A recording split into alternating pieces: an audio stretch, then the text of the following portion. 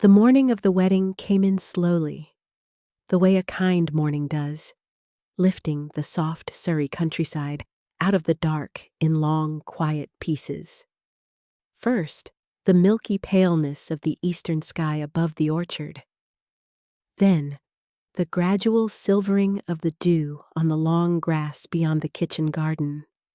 Then the first careful note of a thrush in the great copper beech, and after that, very gently, the rest of the birds, as though the trees themselves were waking one polite voice at a time.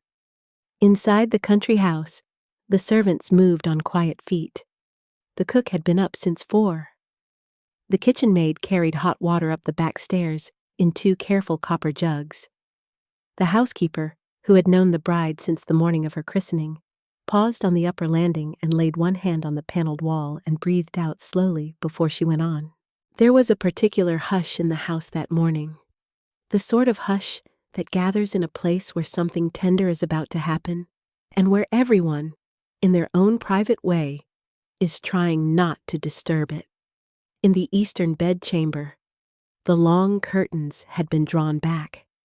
The tall arched window gave out across the lawn and the rose walk and the lower meadow, and beyond the meadow, half hidden by a stand of summer limes, the pale stone tower of the village chapel could just be seen. A young woman of 22 stood at the window in her stocking feet, with her hair already pinned up in a soft, low chignon, and her cream silk gloves laid carefully across the foot of the bed behind her, and the gown of her wedding spread on the linen press like a long white cloud, waiting patiently for her to step inside it. She was not weeping. She had decided the night before that she would not weep. She was a country squire's daughter, raised on duty and on kindness, and she had been told since she was a very small girl that this was the day she had been waiting for, even when she had not been waiting for it at all. So she stood at the window in her thin chemise and her stocking feet, and looked out across the dewy lawn at the pale tower of the chapel, and she breathed slowly in and out, the way her mother had taught her to breathe when she was a child and frightened of thunder.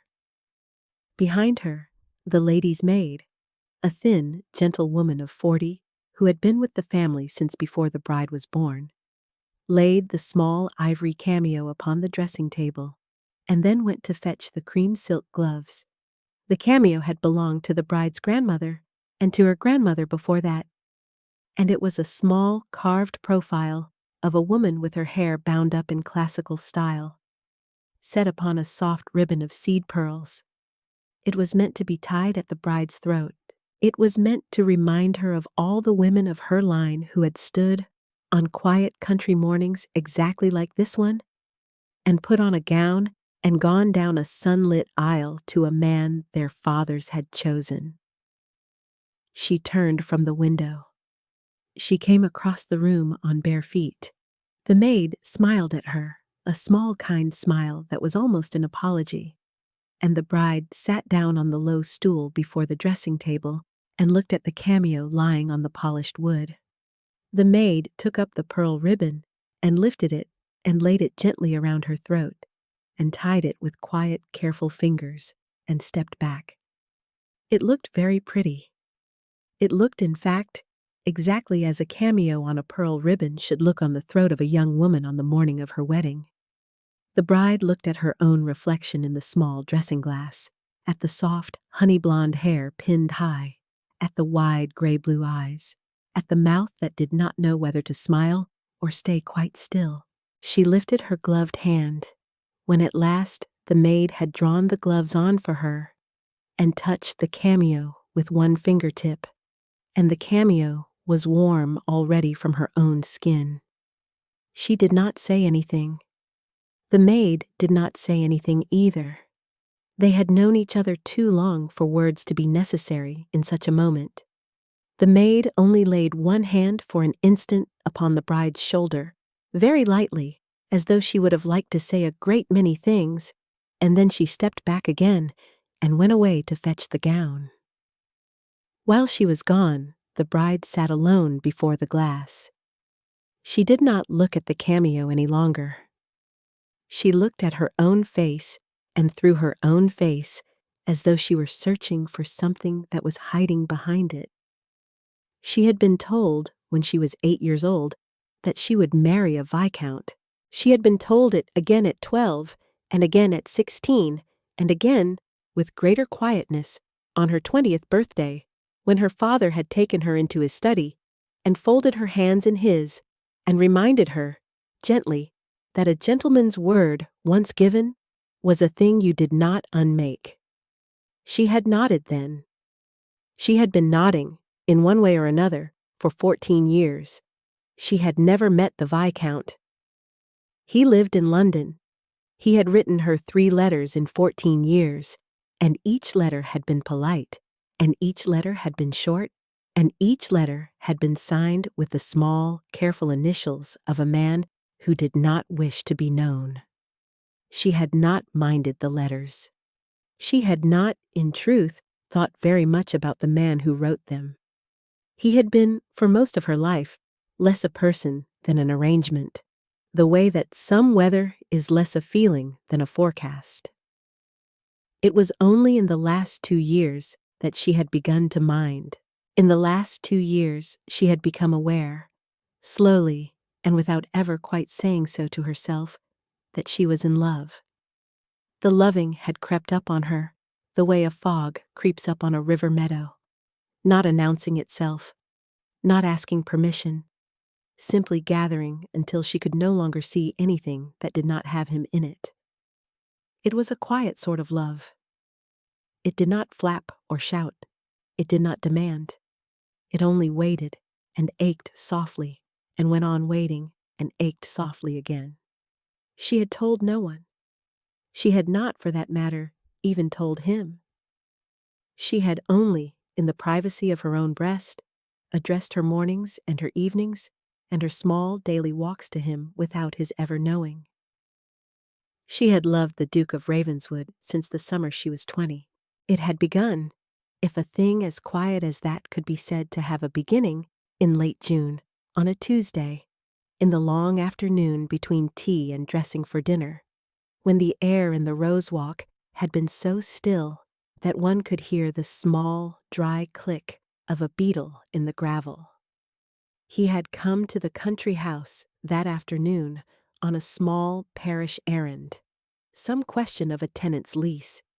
He had, characteristically, walked across the lower meadow rather than ride, because, he said, the lower meadow was at its best in late June, and it would have been ungrateful not to. She had been in the rose walk with a book. She had risen at his coming and curtsied and offered tea. He had said, very kindly, that he would not trouble her father if her father was not at leisure. He had said it in the way that men who have known sorrow say things, with a small, careful gentleness, as though he were always, in any room, trying not to add to the weight that someone else might be carrying. She had noticed the careful gentleness. She had not yet, that afternoon, known what to call the noticing. He had stayed perhaps a quarter of an hour. He had asked her, of his own accord, what she was reading. She had shown him the book. He had smiled and named the chapter she was on without looking, and said, very quietly, that it was his favorite chapter, and that he was glad she had come to it. Then he had bowed and gone. She had stood for some time alone in the rose walk after he had gone, with the book closed against her skirt, looking at the place where he had stood. And she had thought, in a small, surprised country way, that she would probably never read that chapter again without thinking of him. She had been, she understood now, entirely correct. Other afternoons had followed. They had not been many. They had not been frequent. They had been only the small, ordinary visits of a neighbor to a neighbor, the small, ordinary courtesies of a country gentleman to the only daughter of his old friend, and they had each, in their own quiet way, accumulated. She had watched, slowly, his kindness to her father, who tired a little more each year. She had watched his kindness to the village children, whom he greeted by name. She had watched his kindness, even, to the old gray lurcher who slept across the library hearth and whom he always paused, on coming in, to scratch behind the ears. She had not made a list. She had only, without ever quite intending to, kept one. She had not meant to. He was 31 and a widower of 3 years, and his estate bordered her father's, and he was the gentlest man she had ever met. He had come, that first summer, to a small country picnic her mother had given on the lower lawn. He had spoken to her about books, very kindly, with no condescension at all, as though her opinion of a novel mattered to him. He had walked beside her, just once, along the rose walk, and he had said almost nothing, and the almost nothing he had said had stayed in her heart longer than other men's whole speeches.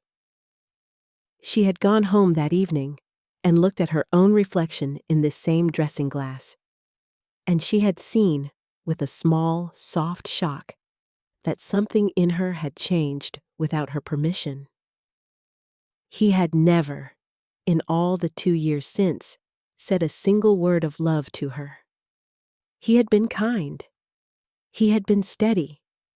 He had ridden up on quiet afternoons and sat with her father in the library and discussed crops and tenants and the new road, and he had sometimes glanced at her across the room, very briefly, with a softness that was not quite a smile, and that softness had been all she had had to live on. She had understood, without ever being told, that he believed her promised. She had understood, without ever being told, that he was too honorable a man to speak to a young woman whose word, even when she had not given it herself, had been given for her. And so the years had gone, and so the morning had come. The maid returned with the gown, carrying it carefully across both arms as though it were a sleeping child. The gown was soft cream silk, very fine, with short puffed sleeves and a modest scoop neckline edged with delicate Brussels lace, and a long, simple skirt that fell straight in the Regency manner from a high waist tied with a narrow cream ribbon. It was not an ostentatious gown. The bride had not wanted an ostentatious gown. She had wanted, when she was given the choice of gowns at Christmas, only something soft and quiet and easy to wear, the way a kind morning is easy to wear. She rose from the stool and lifted her arms a little, the way she had done since she was a small girl being dressed for chapel, and the maid drew the gown down over her head and settled it about her shoulders, and tied the high ribbon, and smoothed the long skirt down with both hands. The gown fit perfectly. The maid stepped back and looked and pressed her lips together for a moment and did not speak. The bride caught the maid's eye in the glass and gave her a very small smile, and the maid nodded, very small in return, and the two of them understood each other entirely without words. Then there came a soft knock at the bedchamber door. The bride knew the knock. She had known it all her life. It was her father's knock, 3 short kind taps that always meant, "May I come in, my dear, if you are ready?" She said, very softly, "Come in, Papa." The door opened. Her father stood in the doorway. He was a country gentleman of 58, with silver-streaked dark hair and warm hazel eyes that were just now a little brighter than usual, and he was dressed in his best dark blue Regency tailcoat over a cream waistcoat with fawn breeches and his polished Hessian boots. He looked at her for a long moment, without speaking. He looked at the cameo at her throat, and the cream gown, and the soft chignon, and the small posy of summer roses and ivy that the maid had laid ready upon the linen press, and then he looked at her face, and his mouth trembled a very little, and he steadied it. "You look like your mother," he said, very quietly. She came across the room to him and laid her gloved hands in his. He held them, gently and did not say anything else for some time. He had loved her mother very much. Her mother had been gone 4 years now, and he had borne the loss with the slow, patient sweetness of a man who knew that grief was a kind of weather and would, in its own time, soften. "Are you well, my dear?" he said at last. "I am well, Papa," she said. He looked into her face very carefully, the way he had looked into it when she was a small girl and had skinned her knee in the orchard and was trying not to cry. He looked, she thought, as though he was searching for something he was afraid he would find, and afraid he would not find. He held her hands a moment longer, and then he let them go, very gently, and he said, "We must be going down. The carriage is at the door." She nodded. She took up the small posy from the linen press and tucked it into the curve of her left arm and turned once more toward the window. The pale stone tower of the chapel rose above the limes. The morning light lay long and gold across the lawn. The thrushes were still singing. She breathed in and breathed out, and she went. In the long carpeted hall downstairs, the household had assembled, very quietly, to see her go. The butler stood by the door with his hand upon the brass handle. The cook had come up from the kitchen in her clean apron, with flour still in the small lines of her hands, and was standing by the foot of the stairs. The 2 housemaids stood together by the long case clock. The old gray lurcher had risen from his usual place on the library hearth and had come, of his own accord, to stand in the open library doorway, as though he too understood that something gentle and important was about to happen in the house, and wished, in his quiet old way, to be present for it. They did not speak as she came down the stairs on her father's arm. They only looked. The cook pressed her floured hand briefly to her mouth. The elder housemaid dropped a small, silent curtsy. The butler inclined his silvering head, very slightly, in the deep, slow country bow he had made to her on every important morning of her life.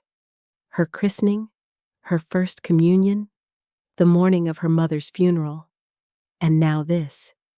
She paused at the foot of the stairs and laid her gloved hand for an instant upon the butler's sleeve, very lightly, in the way one thanks someone for a thing too long to say aloud. Then she went on, and the butler opened the door for her, and the morning poured in. The carriage ride to the chapel was very short. The chapel stood at the foot of the village, just where the lane bent down toward the stream, and one could in fact have walked there in a quarter of an hour by the field path. But it was customary, for a wedding, to drive.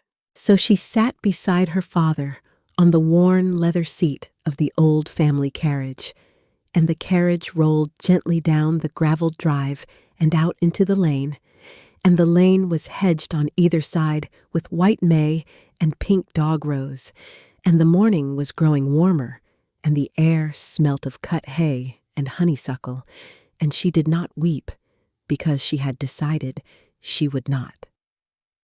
Her father did not speak.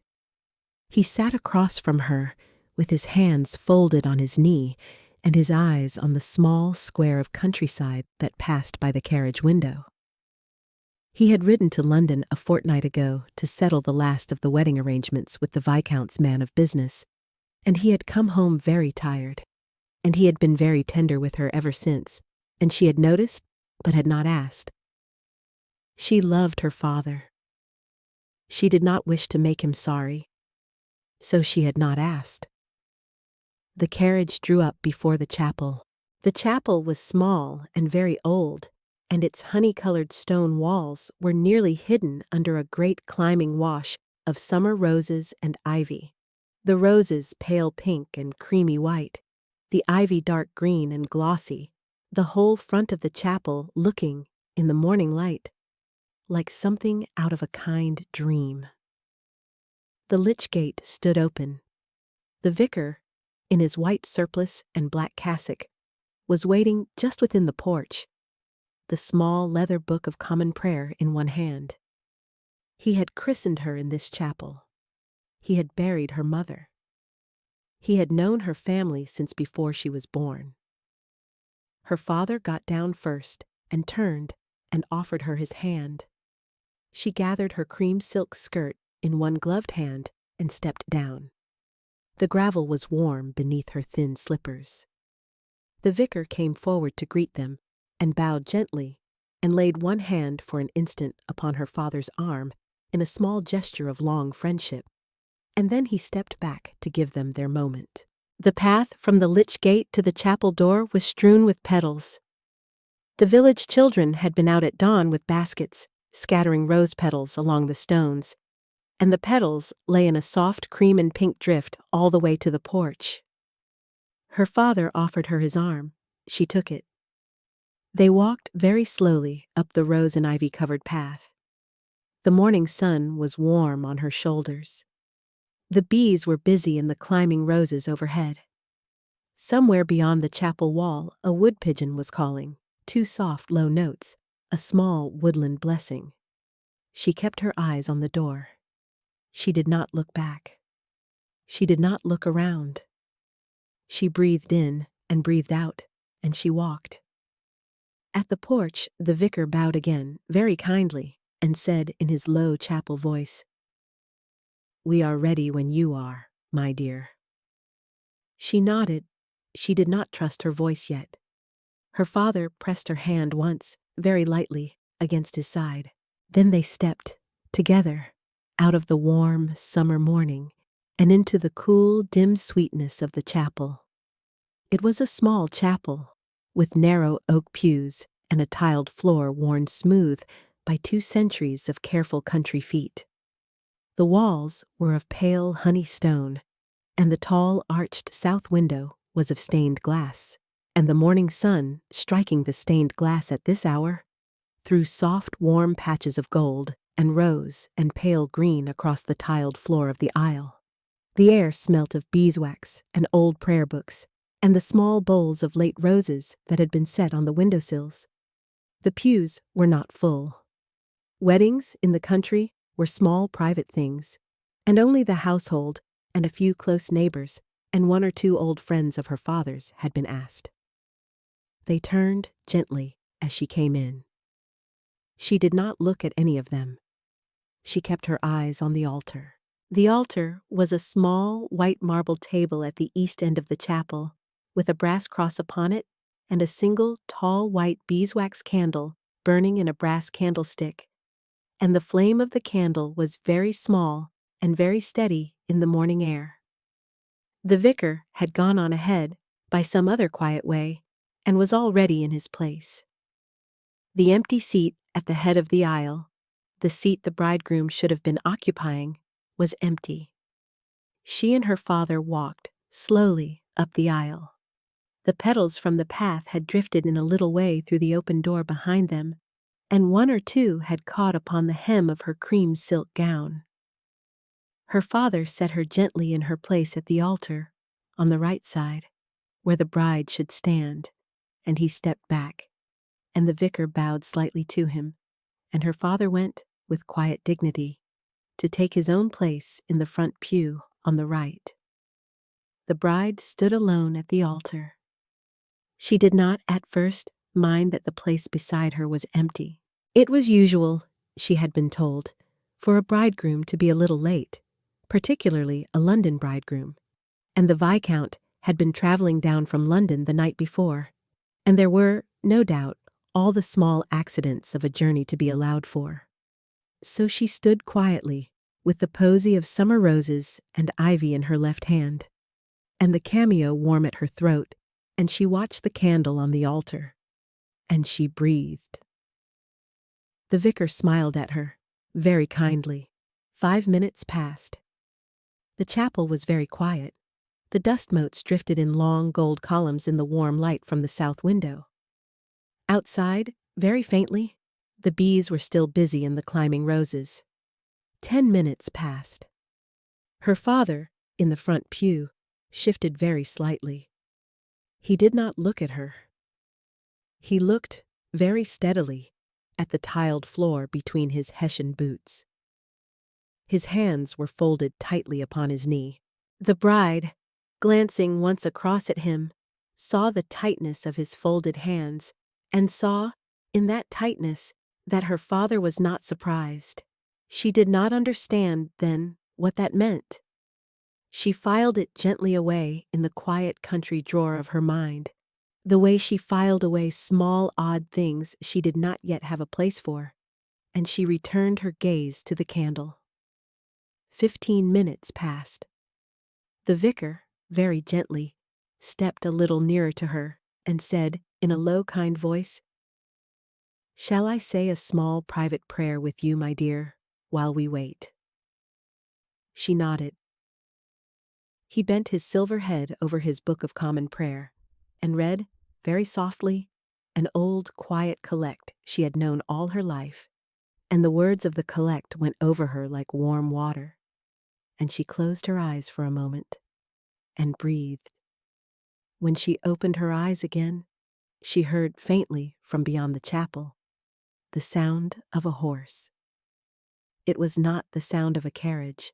A carriage would have come along the lane with the rattle of wheels on gravel and the soft squeak of harness.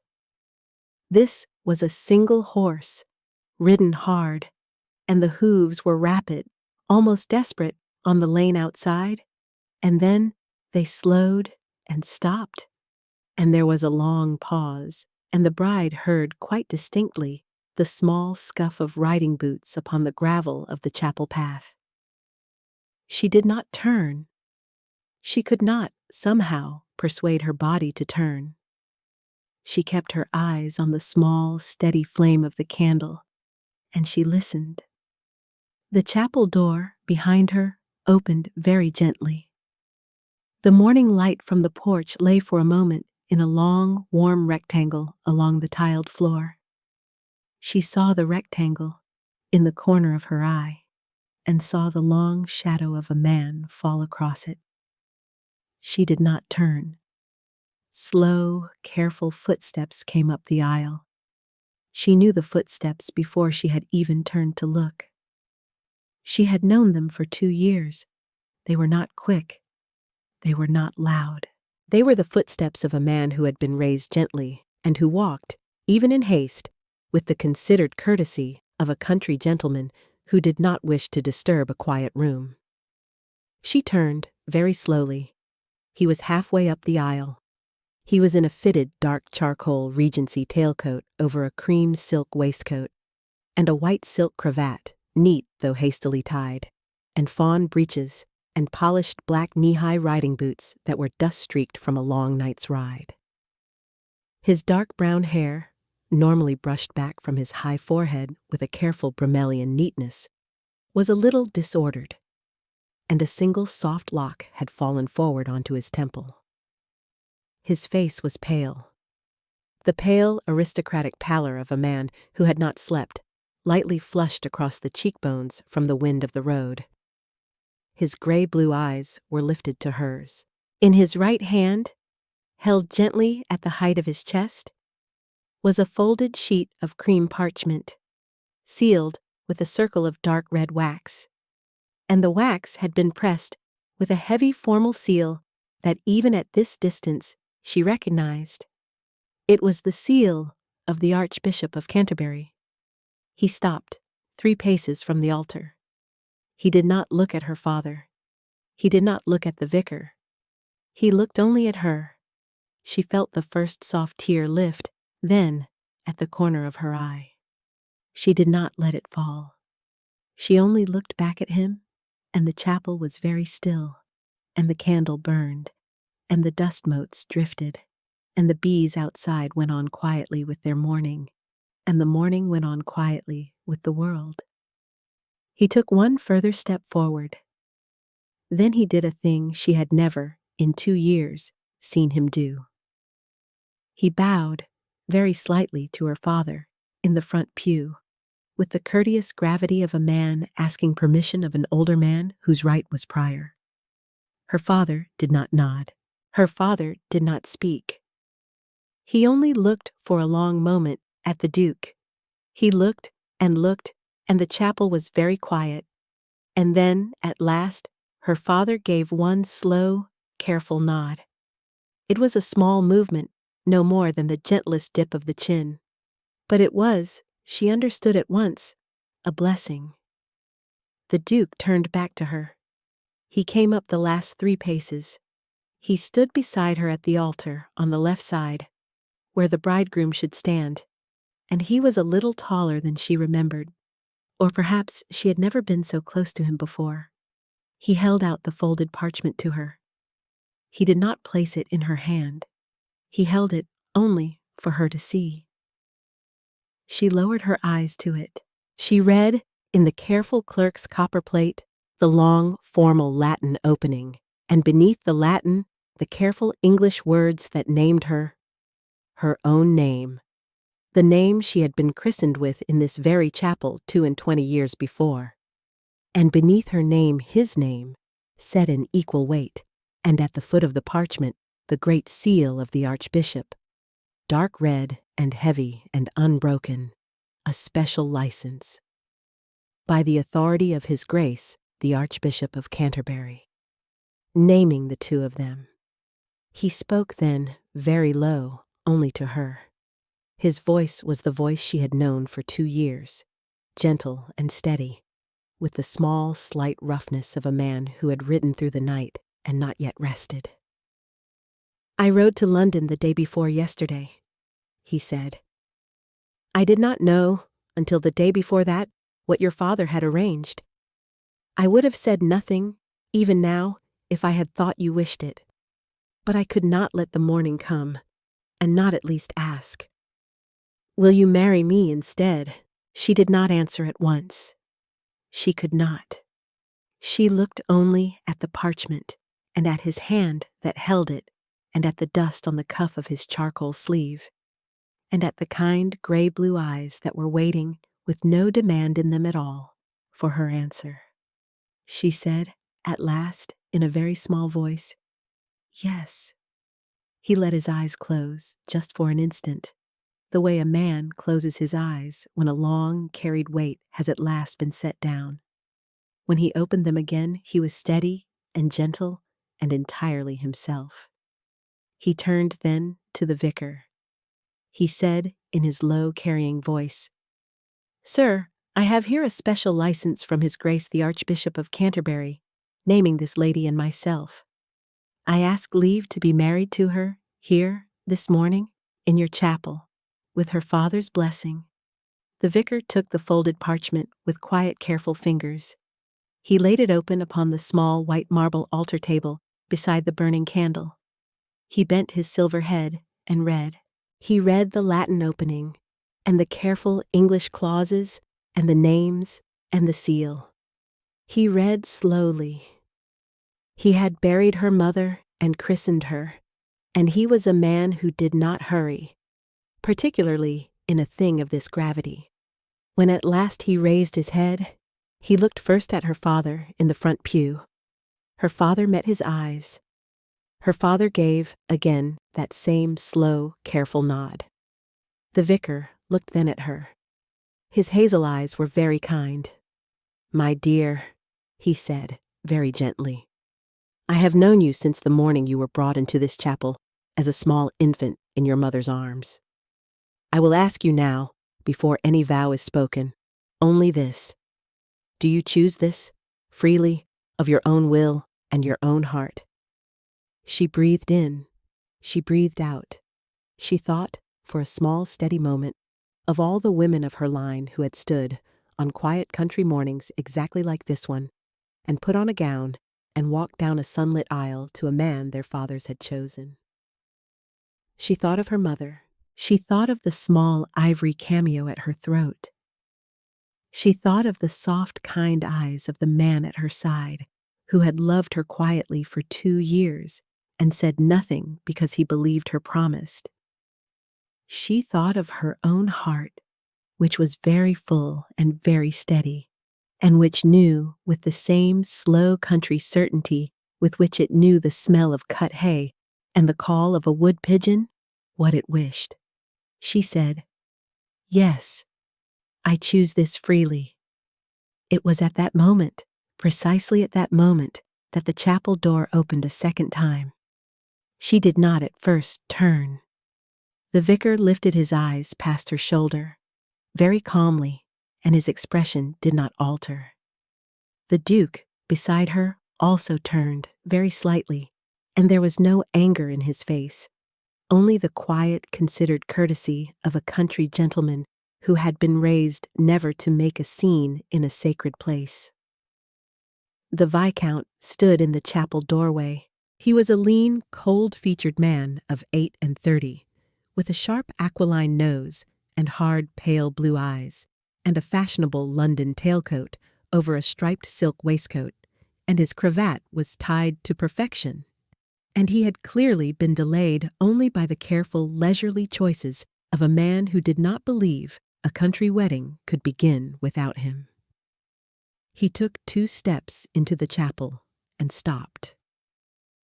He took in, with one swift glance, the parchment lying open on the altar, and the seal of the Archbishop, and the bride, and the man at the bride's side, and the slow nod of her father in the front pew.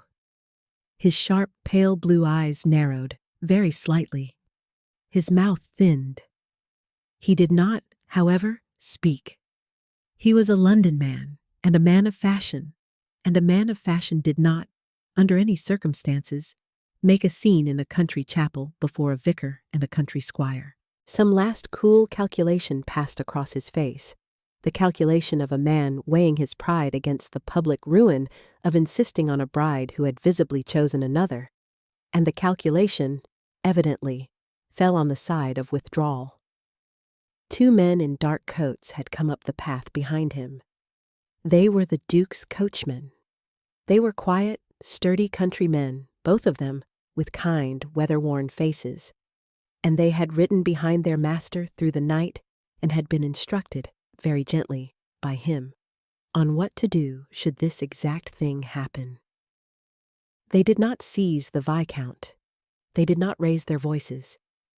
They only stepped, very politely, one to either side of him, and the elder of the 2 laid one careful hand upon the Viscount's elbow, and said, in a low country voice, "If you would be so kind, sir." The Viscount, after one more long look up the aisle, turned. He went, with the cold composure of a man who has decided that dignity is the only thing he still has, back out into the warm summer morning.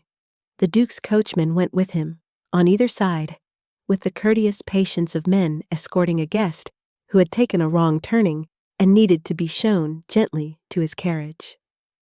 The chapel door closed behind them, very softly. The bride heard faintly from beyond the chapel the sound of a London carriage being turned in the lane and driven away. The chapel was very still. In that small, careful stillness the bride felt, for the first time that morning, her own breathing returned to her, slow and steady, the way breathing returns after one has held it for a long time without realizing. She had not, she found, been fully breathing for many days. She had been moving through the small required tasks of the week, the airing of the linen, the choosing of the gown, the writing of the polite final letter to the Viscount's man of business, with the quiet held breath of a young woman who had not allowed herself to consider, in any clear way, what she was about to do. Now the breath came back. It came back gently. It came back the way the warmth comes back into a room when the fire is at last laid and lit. She let it come. She felt, also, very near at her side, the steady, warm presence of the man she had just freely chosen. He was not touching her. He had not yet properly touched her. He was only standing in his charcoal coat with his hands at his sides, in the polite formal posture of a country gentleman at the altar of a country chapel. But she could feel the warmth of him at her elbow, the small, quiet weight of another considered life, now placed very close beside her own. It felt, oddly, less new than she had expected. It felt, in a quiet country way, as though she had always known he would, in the end, be standing there. The vicar, after a moment, drew a slow breath. He looked once more at her father, in the front pew. Her father this time smiled. It was a small smile, and a tired one, and a deeply relieved one, and it was the smile of a man who, at the very last edge of a long 14-year promise, had finally been given leave by his own daughter's own free voice to set it down. The vicar turned to the Duke and the bride. He gathered the small, leather-bound Book of Common Prayer in both hands. He smiled very gently. "Then, my dears," he said, "let us begin."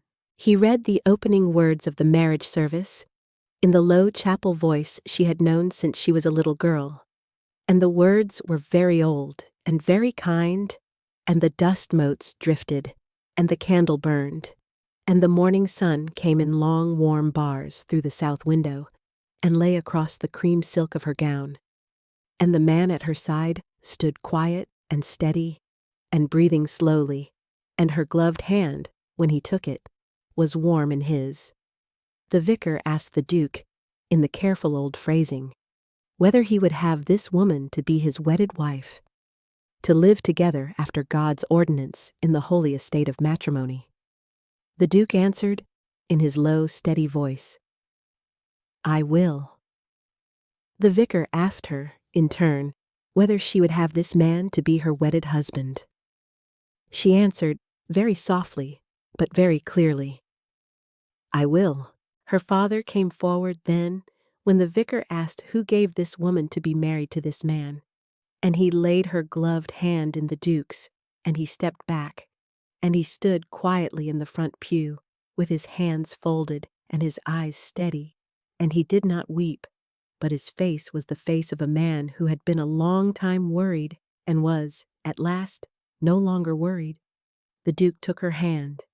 He spoke the long, quiet old vow. He spoke it slowly and exactly, and without any flourish, the way he did all things. He promised to have and to hold her from this day forward, for better, for worse, for richer, for poorer, in sickness and in health, to love and to cherish, till death should them part, according to God's holy ordinance, and thereto he plighted her his troth.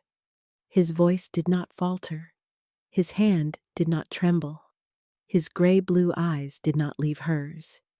She spoke her vow in turn.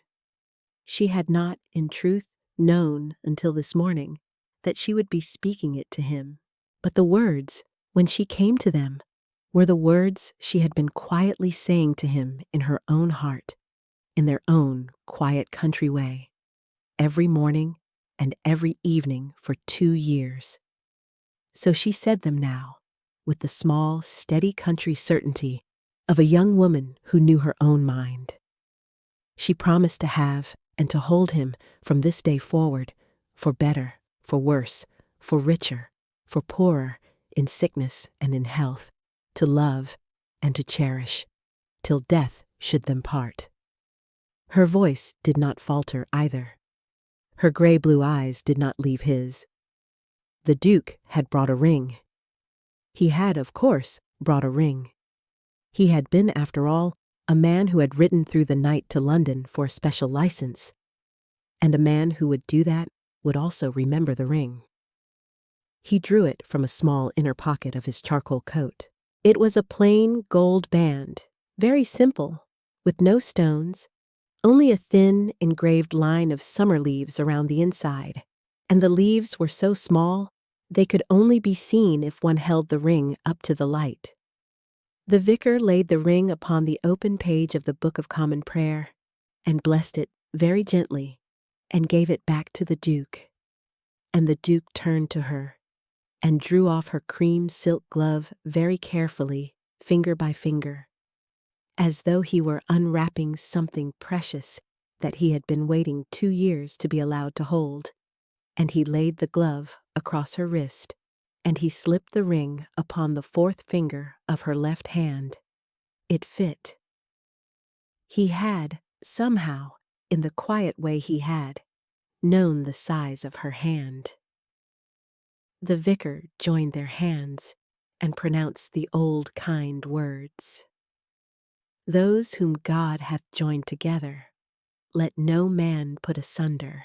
He laid one hand, briefly, upon the bride's silver-pinned hair, and one hand upon the duke's bowed head, and he gave the blessing in the low chapel voice that had blessed her since the morning of her christening. Then he said, very gently, "Amen.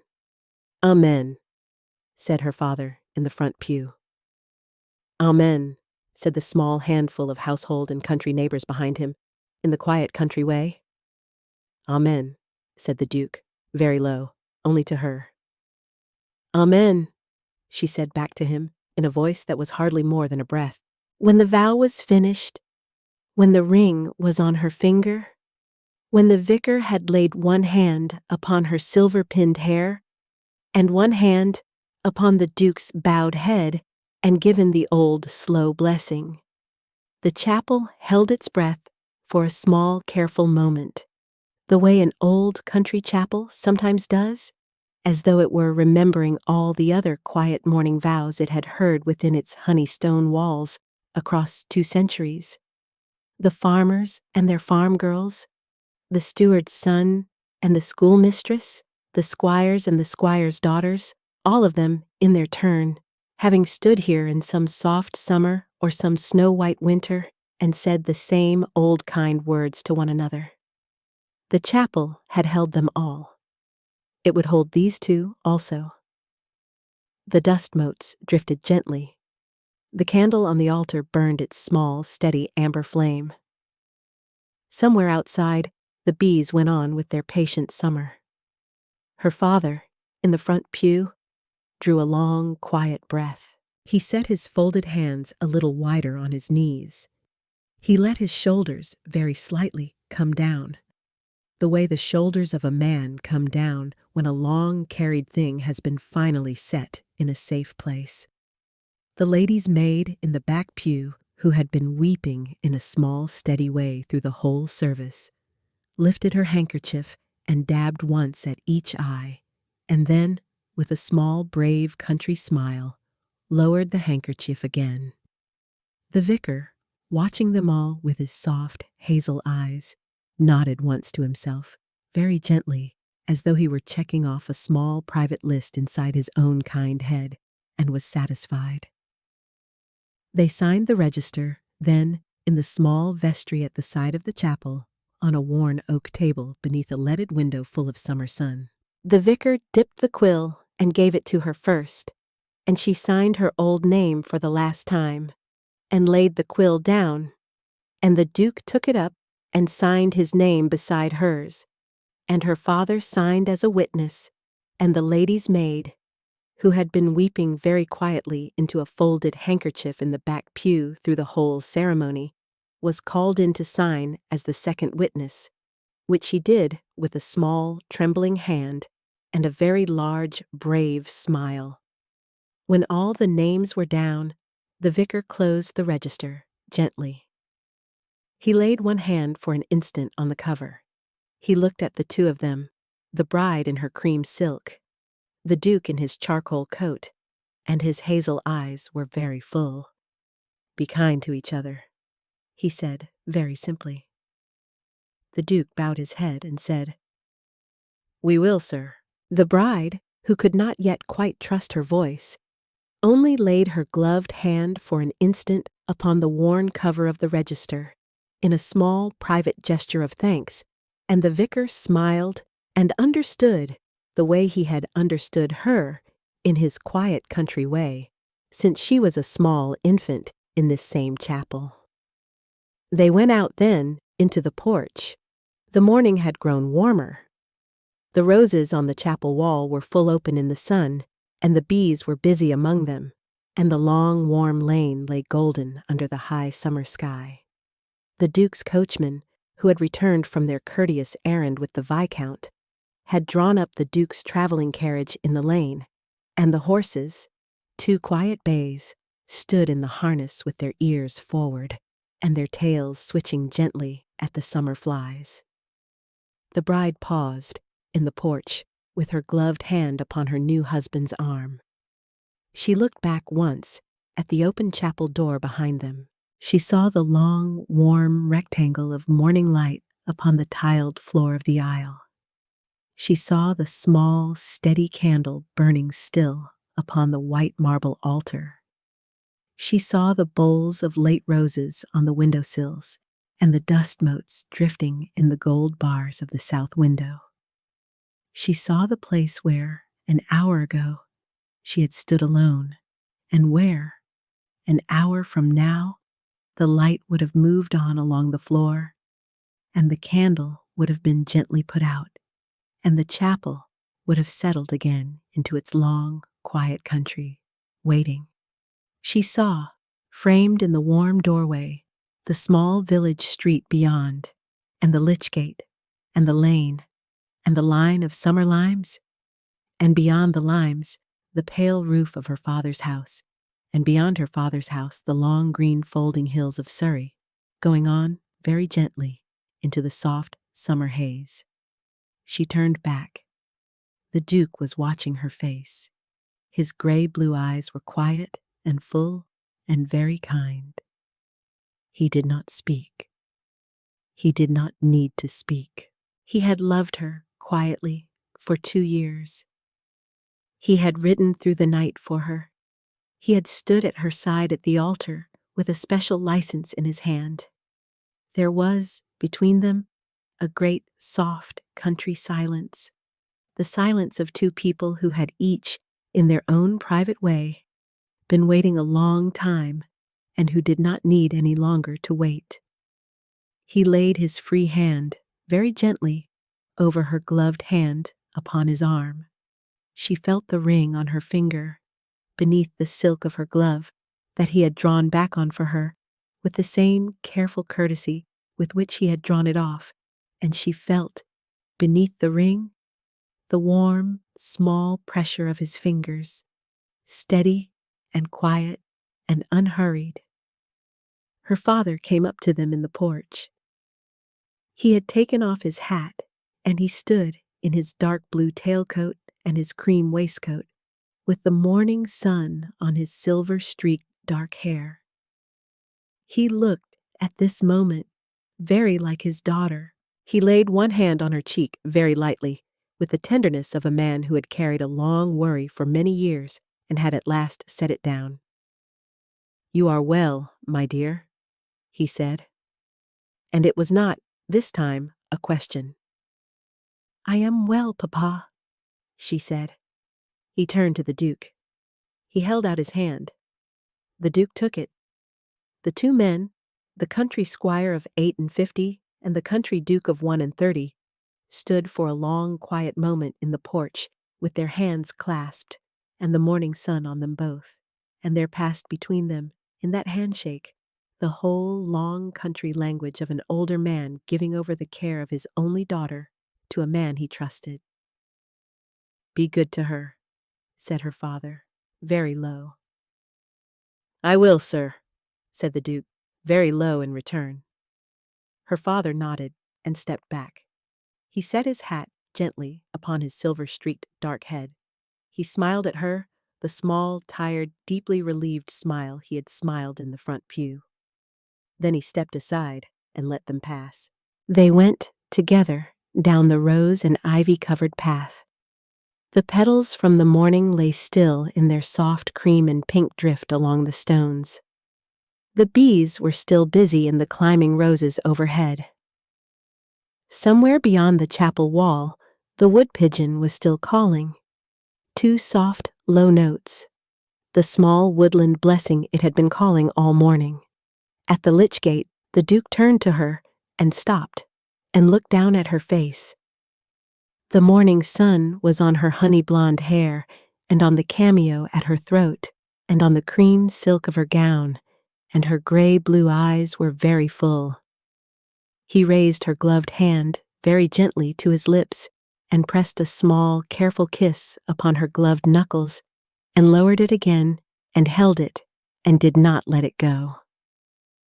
"I have," he said very softly, "loved you for 2 years. "I know," she said, almost without sound. I have loved you for 2 years also. He closed his eyes for a moment, the way he had closed them in the chapel when she had first said yes, the way a man closes his eyes when a long carried weight has at last been set down. When he opened them again, he was steady and gentle and entirely himself. Then we have a great deal of time, he said. We have? She said.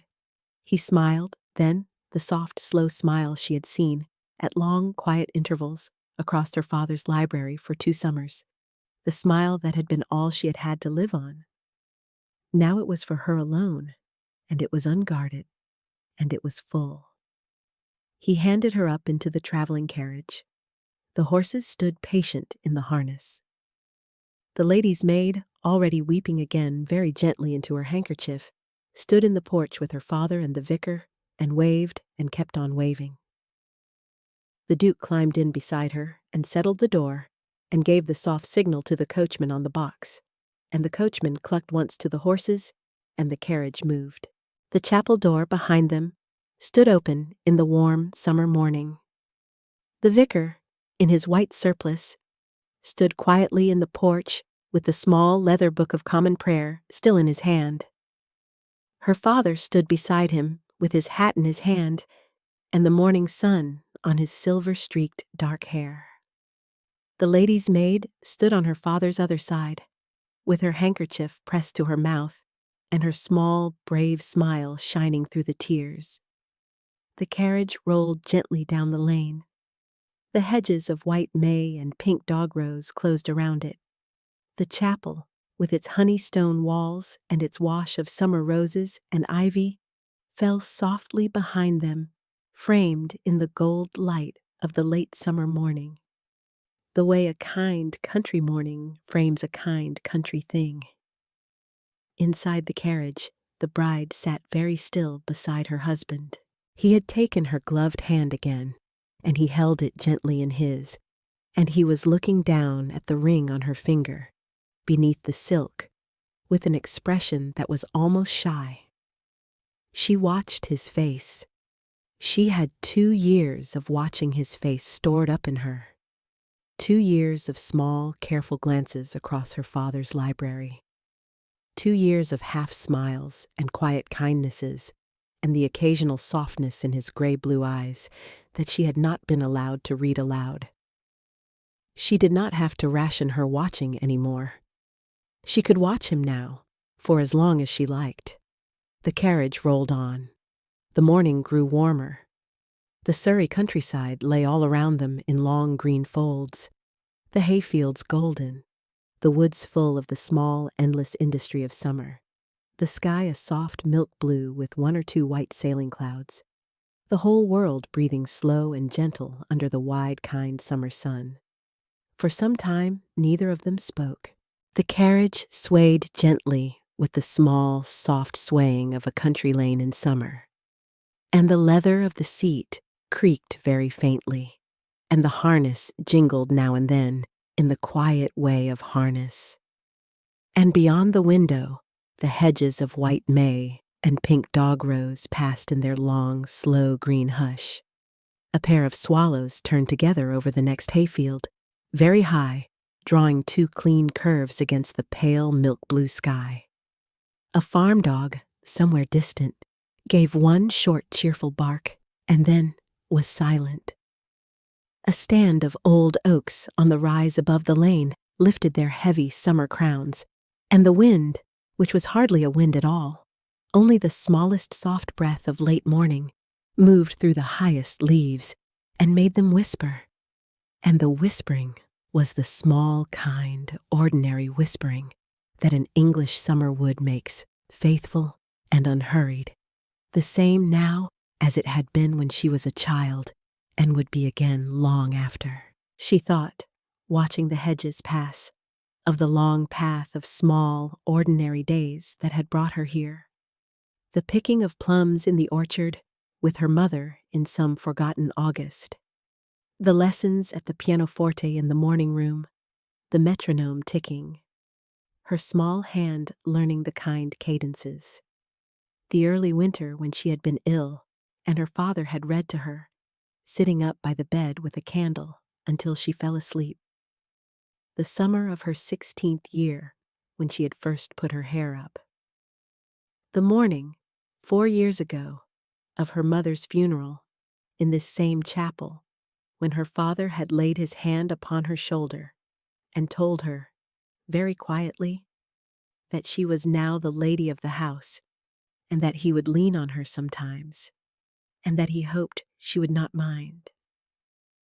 She had not minded. She had been leaned upon.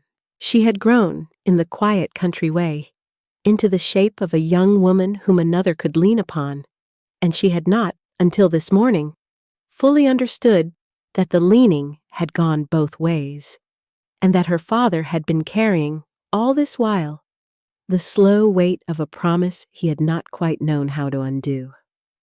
She leaned, after a while, very softly against his shoulder. He did not move. He only laid his cheek, for an instant, against the soft, honey-blonde top of her hair, very gently, the way a man lays his cheek against a thing he has waited a long time to be allowed to touch.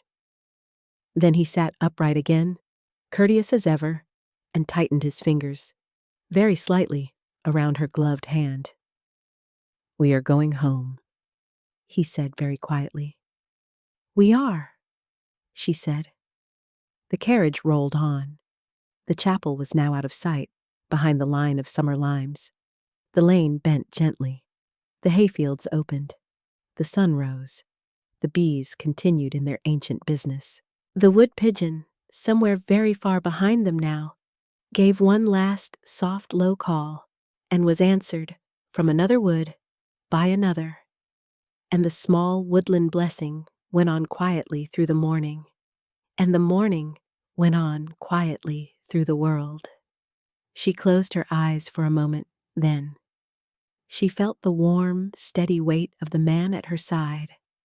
She felt the small, unfamiliar gold ring beneath the silk of her glove.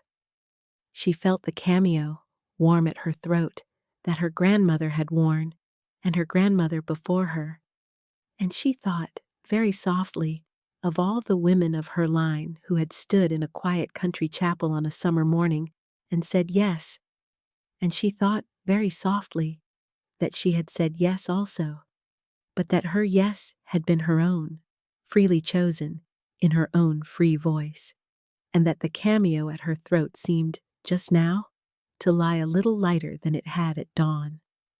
She opened her eyes again.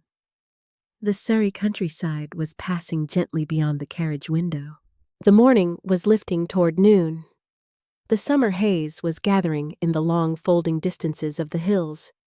Somewhere ahead of them, beyond the next bend of the lane, was the great copper-stone gate of his estate, and beyond the gate the long avenue of limes, and beyond the limes the soft pale facade of the house she had known by sight for 2 years, and had never, until this morning, been allowed to enter as anything other than a neighbor.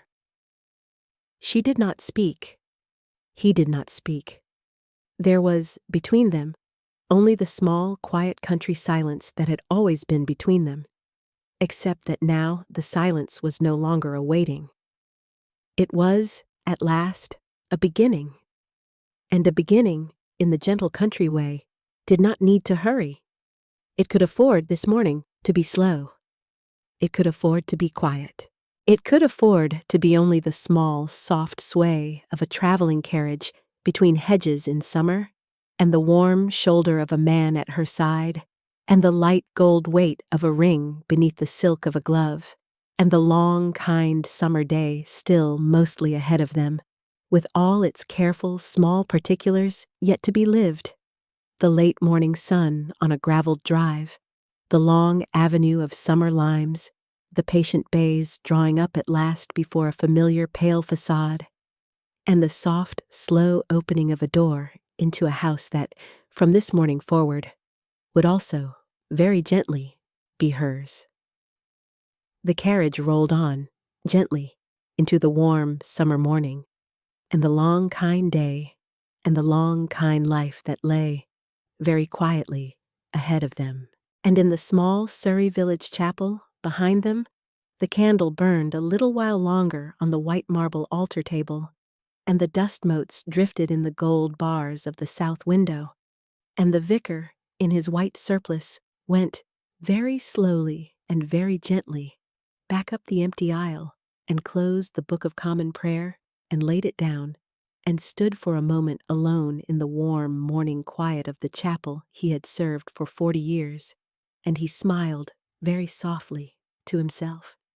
And the small, steady candle on the altar went on burning, the way candles do, faithfully, into the kind country morning, until at last he reached up, very gently, and put it out.